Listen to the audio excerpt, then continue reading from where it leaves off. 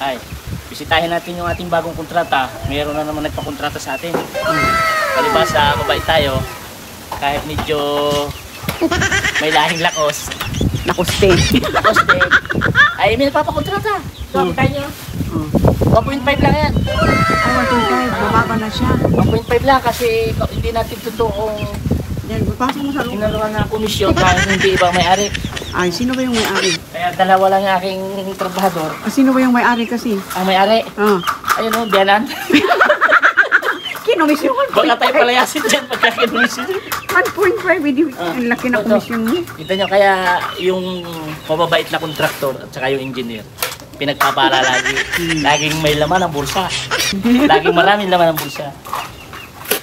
Yan ang kalakaran niya yun. Kaya medyo hinahinay lang doon sa mga kapwa nating kontraktor dyan. Tingnan mo natin, engineer yan. Ayan yung halagang 1.5. Oh, 1.5 yan!